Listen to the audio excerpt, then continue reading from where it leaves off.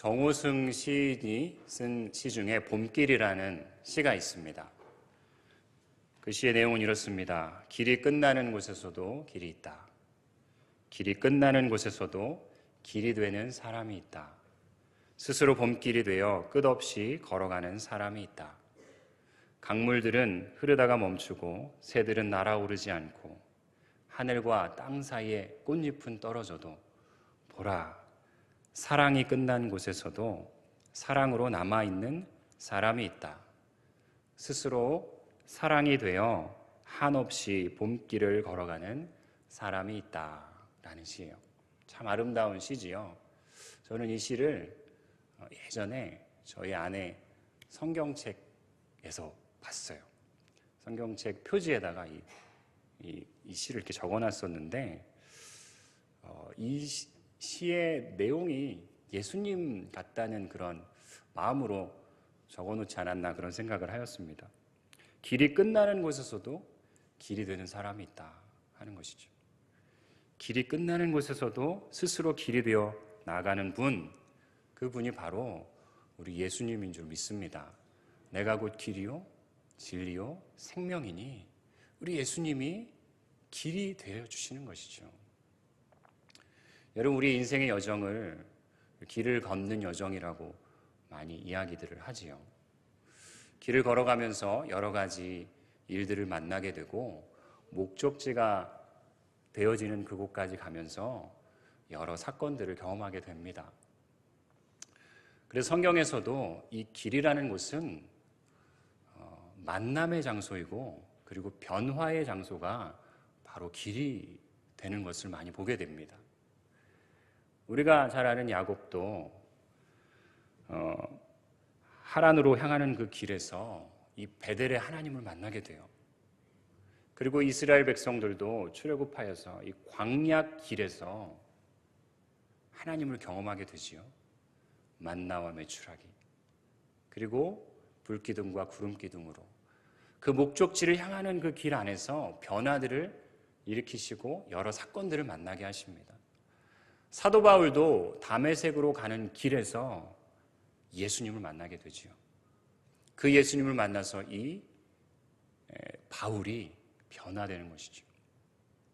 오늘 우리가 읽은 이 본문 안에서도 엠마오라는 곳으로 가는 길 안에 일어났던 사건들을 다루고 있어요. 엠마오라는 곳은 예루살렘에서 약 11km 정도 떨어진 곳에 있는 곳입니다. 이 엠마오라는 지명의 자체 이름은 따뜻한 우물이라는 뜻이에요. 이 엠마오로 가는 2명의 사람들이 그 길을 통하여서 가면서 예수님을 만나게 되지요. 오늘 본문 안에 우리도 이 본문을 통하여서 예수님의 따뜻한 은혜를 만나게 되기를 소망합니다.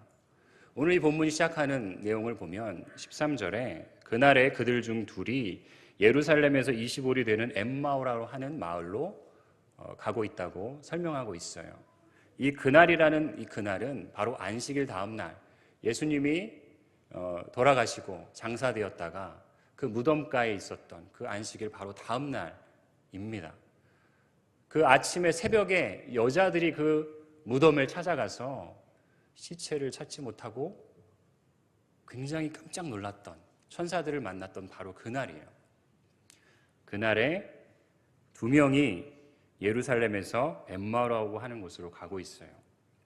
이 2명 중에 1명의 이름이 본문에서 나오는데 그 이름이 무엇이냐면 18절에 나오는 것처럼 글로바라 하는 한 사람의 이름을 밝히고 있습니다.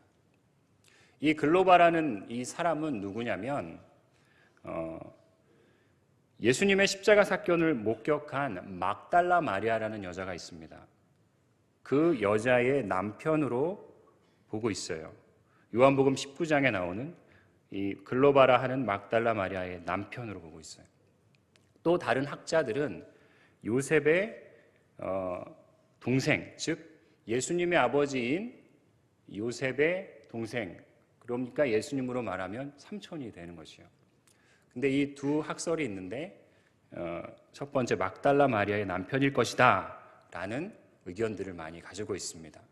어찌되었든 이 글로바라는 한 사람과 다른 한 사람이 예루살렘에서 엠마오라는 곳으로 걸어가고 있습니다. 그러면서 서로 이야기를 합니다. 14절에 이 모든 된 일을 이야기합니다. 그들이 이야기하는 것은 무슨 이야기냐면 바로 예수님에 관한 이야기를 하는 것이죠. 예수라는 사람이 우리 동네에 나타났었는데 큰 이적을 행하였고 그리고 많은 일들을 행하면서 사람들이 기대했었던 그 사람이 있었는데 그런데 그 사람이 처형을 당하게 되고 죽어서 이제 모든 것이 불거품 되어 버렸다 하는 그런 안타까운 이야기들을 서로 주거니 받거니 하고 엠마오로 가고 있는 것입니다. 그때 15절에 예수님이 같이 나타나십니다. 15절에 있습니다. 그들이 서로 이야기하며 문의할 때에 예수께서 가까이 이르러 그들과 동행하시나 그들이 이야기를 하면서 걸어가는데 한 명이 더 같이 옆에서 따라가는 거죠. 근데 그분이 예수님이라고 말씀하십니다. 그런데 이들은 그 옆에 걸어가시는 그 한 사람이 예수님인지 알지 못하는 것이에요. 16절에 보면 그들의 눈이 가리워져서 그인 줄 알아보지 못하거늘 세 명이 걸어가면서 이야기를 나눕니다. 그러자 예수님이 물어보시는 거예요. 17절에 당신들이 주고받고 하는 이야기가 무엇입니까? 이렇게 얼굴이 슬픈 얼굴입니까? 물어보는 거죠. 그때 이 글로바가 대답하는 거예요. 아니 당신은 예루살렘에 지금까지 체류하면서도 요즘 여기서 된 일을 혼자만 알지 못합니까? 18절에 지금까지 엄청난 일들이 있었는데 당신은 어떻게 어디 다른 데서 왔습니까? 어떻게 그 일을 모를 수가 있어요? 그렇게 얘기를 하는 것입니다. 여러분 예수님이 이들과 같이 동행을 하시고 계시는데 이들은 왜 못 알아봤을까요? 저는 참 이 부분이 궁금했습니다. 예수님이 옆에 같이 길을 걸어가시는데 못 알아보는 거예요. 이것은 아마도 이들이 예수님이 살아나셔서 지금 바로 옆에 계시다는 것을 전혀 상상하지 못하기 때문에 그런 일은 본인이 생각을 절대 하지 못했기 때문에 그럴 수 있다는 것이에요. 두 번째는 뭐냐면 예수님이 부활하신 그 몸이 이전의 몸과는 조금 달랐다는 그런 설들이 있습니다. 그래서 부활체, 그래서 잘 알아보지 못했다는 것이죠. 요한복음 20장 14절에도 막달라 마리아도 그 예수님을 동산지기로 생각하면서 예수님을 잘 알아보지 못했어요. 어찌되었건 이들은 눈이 가려져 있는 것이죠. 함께 하시는 그분이 예수님이라고 전혀 생각하지 못하는 것입니다. 근데 예수님이 말을 거시는 거예요, 계속. 저는 이 부분을 보면서 예수님이 참 재밌으신 분이다라는 생각이 들었어요. 당신들이 하는 얘기가 뭡니까? 그러면서 아니 당신은 여기서 요즘에 된 일을 알지 못합니까? 그러자 19절에 무슨 일입니까? 하면서 또 물어보시는 거죠, 예수님이. 그러나 이들은 알아보지 못해요. 여러분 그런데 이 엠마오로 가는 글로바와 다른 한 사람이 두 명만 예수님을 알아보지 못하는 것이 아니에요. 우리들도 마찬가지입니다. 우리들도 우리의 삶에 동행하시는 예수님을 알아보지 못할 때가 참 많습니다. 예수님이 내 곁에 계시고 내 곁에 계셔서 같이 동행하시고 걸어가시고 말을 거셔도 그분이 예수님이라고 잘 우리는 알아보지 못하는 자들이에요. 그러한 영적인 눈이 어두워져 있는 저와 우리들인 것이죠. 우리가 이 본문을 대할 때 첫 번째 기억해야 될 것이 있어요. 그것이 무엇이냐면 우리가 알아보던 간에 예수님은 우리와 동행하고 계시다는 것입니다. 여러분, 우리 예수님은 여러분과 같이 동행하고 계심을 믿으셔야 합니다. 찬송가 430장에 주와 같이 길 가는 것 즐거운 일 아닌가. 우리 주님 걸어가신 발자취를 밟겠네. 2절에 어린아이 같은 우리 미련하고 약하나 주의 손에 이끌려 생명길로 가겠네. 한 걸음 한 걸음 누구와 함께? 주 예수와 함께 걸어가고 있는 것이에요. 꽃이 피는 들판이나 험한 골짜기라도 주가 인도하는 대로 주와 같이 가겠네. 옛 선지자의 녹같이 우리들도 천국에 들려 올라갈 때까지 주와 같이 가는 그러한 자들로 하나님이 우리를 품어주시는 것이에요. 여러분, 그것을 확실히 하셔야 돼요. 이 찬양은 기독교 영성의 모든 것을 축약한 가사이다. 담임 목사님이 우리 영성동산 하실 때 그런 말씀을 하셨어요. 주와 같이 가는 것이라는 것이, 우리의 인생이, 우리의 여정이, 우리는 결코 혼자 걸어가는 자들이 아니라는 것입니다. 우리와 함께 예수님이 곁에 걸어가시는 거예요. 그러면서 계속 이 본문에서 글로바와 다른 한 명과 이야기를 나누세요. 이 글로바가 쭉 이야기를 합니다. 20절부터 쭉 보면 21절에 우리는 이 사람이 이스라엘을 속량할 자라고 바랐노라. 그런데 그는 죽었다는 거예요. 이뿐 아니라 이 일이 일어난 지가 사흘째 되었다는 것입니다. 이 말은 무슨 말이냐면 그 유대인들 당시에 그들이 가지고 있는 생각 안에 사람이 죽으면 3일 동안 3일까지는 그 영이 시체를 맴돌다고 생각하는 생각들이 유대인들에게 있었어요. 그래서 뭔가 좀 일어날, 아무튼 기대를 한 건데 사흘째가 되었다는 것은 이제 다 끝났다, 이런 생각을 가지고 있는 것이죠. 그래서 이들이 낙심하고 엠마오로 가는 것이에요. 그리고 22절부터 24절까지는 본인이 생각한 것 말고 사람들이 말하는 이야기들을 또 이야기를 해줍니다. 어떤 여자들이 그 무덤에 갔었는데 글쎄 그 무덤에 갔는데 시체는 보지 못하고 살아나셨다 하는 이야기들을 한다. 이것도 참 믿지 못할 이야기다. 이렇게 이야기들을 한 것을 예수님한테 지금 설명하고 있는 거예요. 그러자 예수님께서 이렇게 말씀하시죠. 25절과 26절을 같이 읽습니다.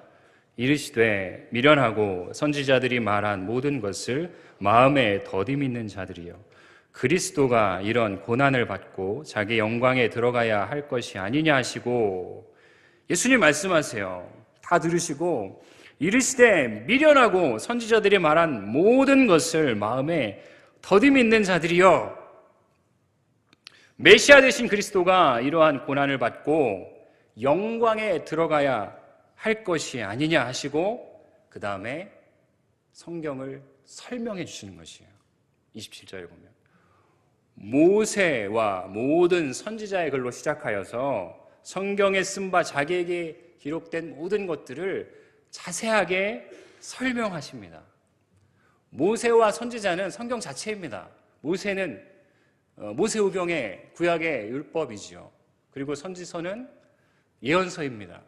이 모든 것은 다 예수 그리스도 메시아에 관한 내용들인 것이죠. 그리고 고난을 받고 영광에 들어가야 할 것들을 성경을 통하여서 하나하나 자세하게 설명하고 계시는 것이에요. 여기서 자세하게 설명했다는 이 원어적인 표현은 마치 통역관이 통역하듯이 하나하나 일일이 설명을 해 주시는 것이에요. 이것은 방법상으로도 세밀할 뿐만 아니라 내용 면에서도 아주 자신에 관련된, 예수님에 관련된 그 내용들을 강해하면서 전체적으로 말씀해 주시고 계신 것입니다. 여러분, 우리 예수님은 하나님의 말씀을, 그분 자체가 말씀이 육신이 되어 오신 분이시지만 하나님의 말씀을 자세히 풀어주시는 분이 바로 우리 예수님이십니다. 그 예수님 안에서 생명의 길을 발견하는데 예수님 안에 예수님의 설명으로 말씀을 깨닫는 거예요. 우리 안에 계신 예수의 영, 성령의 깨달음으로 우리가 정확하게 말씀을 알아가게 된다는 것이에요. 그 예수님의 성경을 풀어주시는 내용을 이들이 듣습니다. 들으면서 계속 걸어가는 거예요. 그러면서 이들의 마음 안에 그 말씀의 설명들이 하나하나 쌓여지기 시작하는 것이에요. 그러면서 슬픔과 절망과 낙담으로 걸어갔던 그들이 아주 신기한 생명의 숨통이 트여지는 마음을 만나게 됩니다. 그리고 마을에 이르렀을 때 예수님은 이제 더 가시려고 하는 거예요. 그런데 이 두 명이 예수님을 붙듭니다. 그가 누구인지 모르는 거죠. 29절에 보시면 28절에 그들이 가는 마을에 가까이 가매 예수는 더 가려 하시는 것까지 하시니 29절에 그들이 강권하여 이르되 우리와 함께 유하사이다.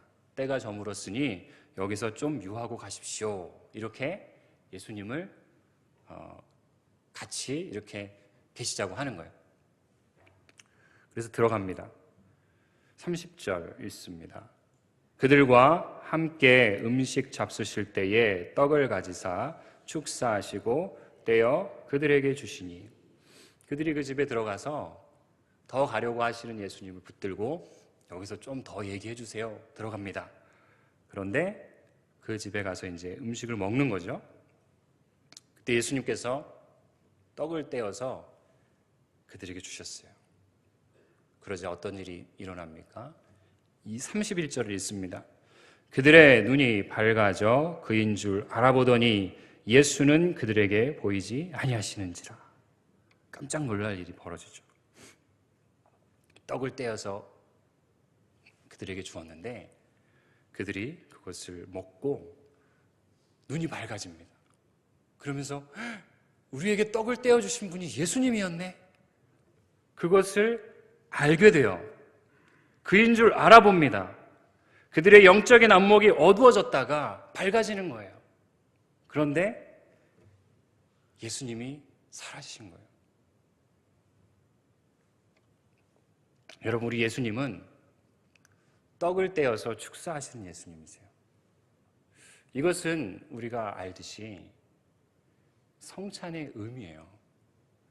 예수님은 부활하셔서 제자들에게 나타나셔서 먹을 것을 가져와라 하시고서 떼어주시죠. 이 예수님이 떼어주시는 떡은 예수님 자신의 살과 예수님 자신을 주시는 것입니다.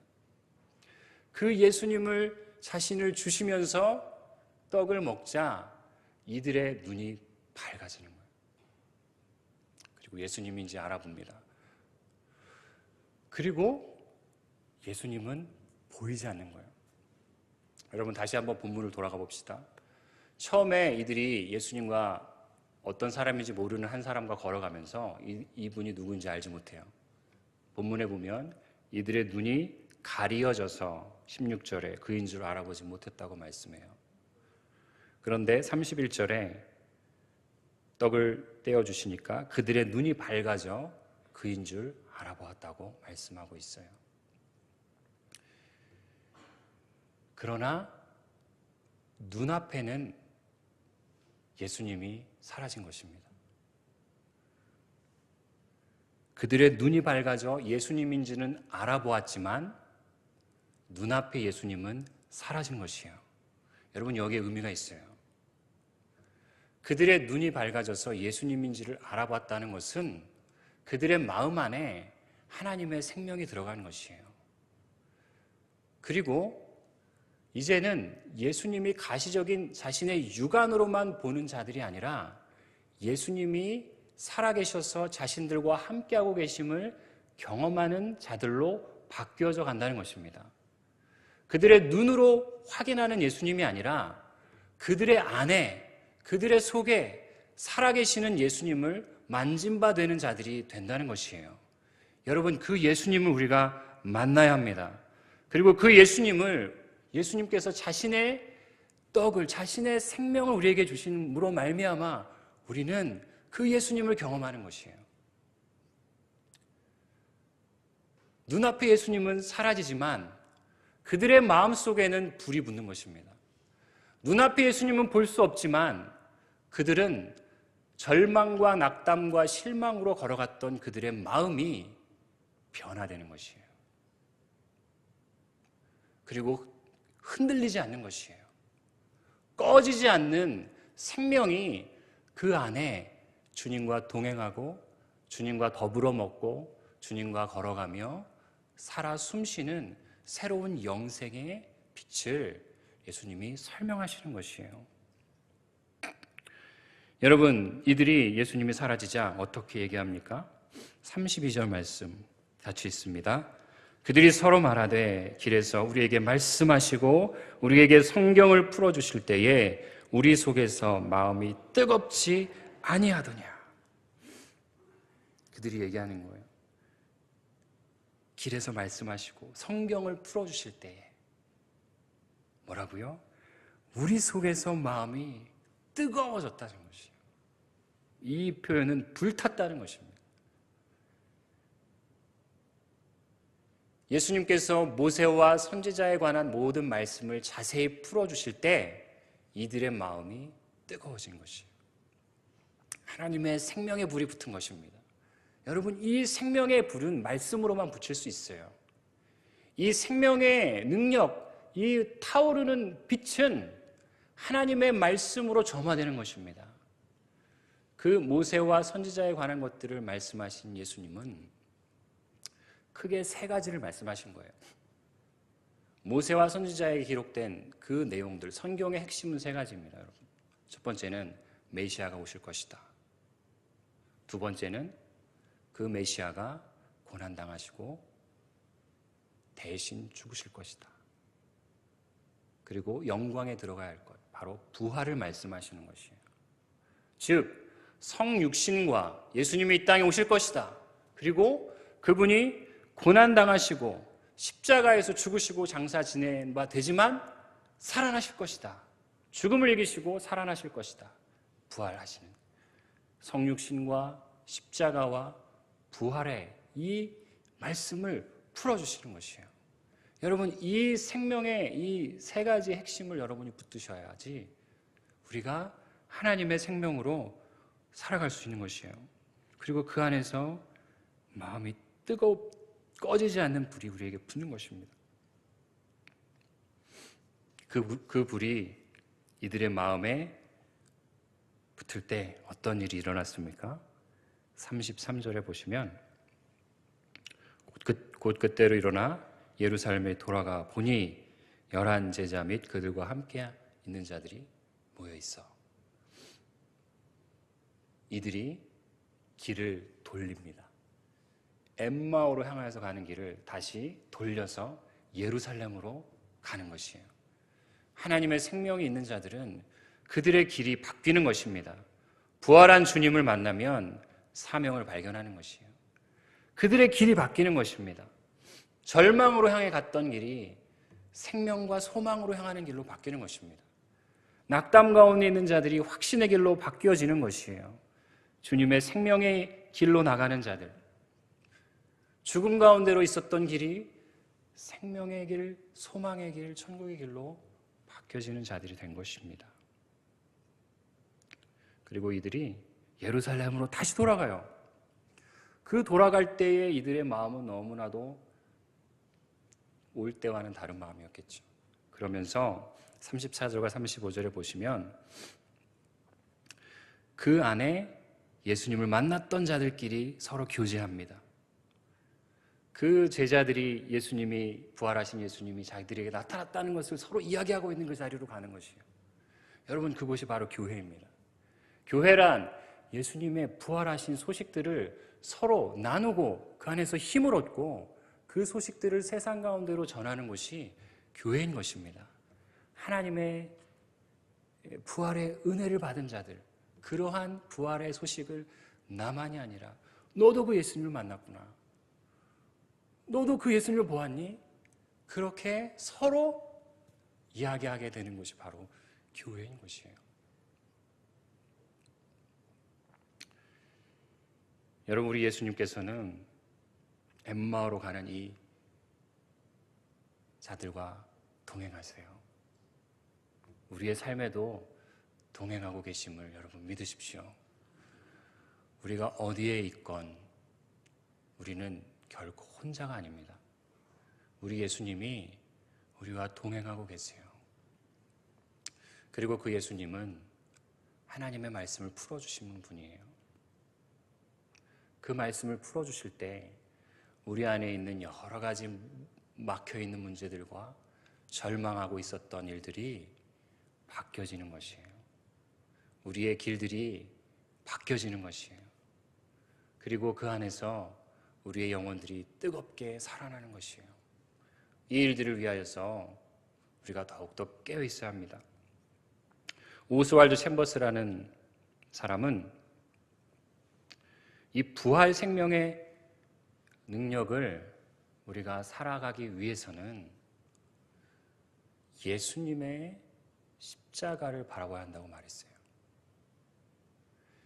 우리가 예수님의 십자가의 효능을 붙드는 자들이 아니라 예수님의 십자가의 효능에 치유와 회복이 있는 그런 십자가의 효능을 붙드는 게 아니라 십자가의 본질을 붙들 때 부활의 능력을 소유할 수 있고 그 부활의 생명을 살아갈 수 있다는 것이죠.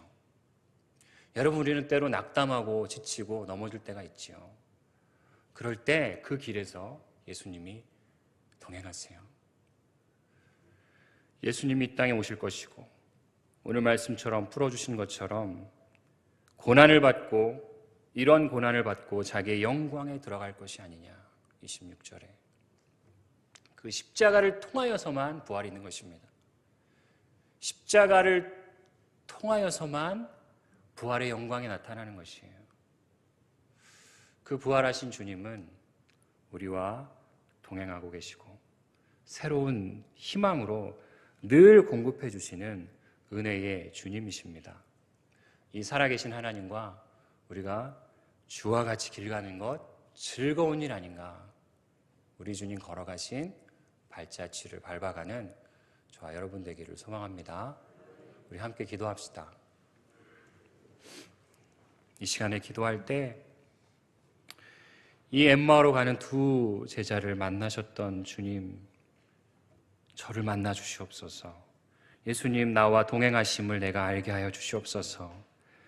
나의 어두운 눈이 밝아지게 하시고 주님 함께 하심을 내가 경험하고 하나님 나에게도 말씀을 풀어 주시옵소서. 하나님의 그 말씀 안에 내 마음이 다시 뜨거워지게 하여 주시고 주와 하나 되는 부활 생명으로 살게 하소서. 우리 함께 기도하며 나아가시겠습니다. 하나님 아버지, 그렇습니다. 하나님, 엠마오로 가는 이 제자들처럼 우리는 때로는 너무나도 외롭고 하나님 우리의 삶에 하나님 우리가 계획하였던 모든 것들이 다 하나님 실패하고 하나님 아무런 하나님 해답이 보이지 않는 길들을 걸어가며 하나님 낙담하지만 하나님 이 제자들에게 함께 동행하셔서 말을 걸어오시고 동행하셨던 예수님이 하나님 우리와 함께 하시는 예수님임을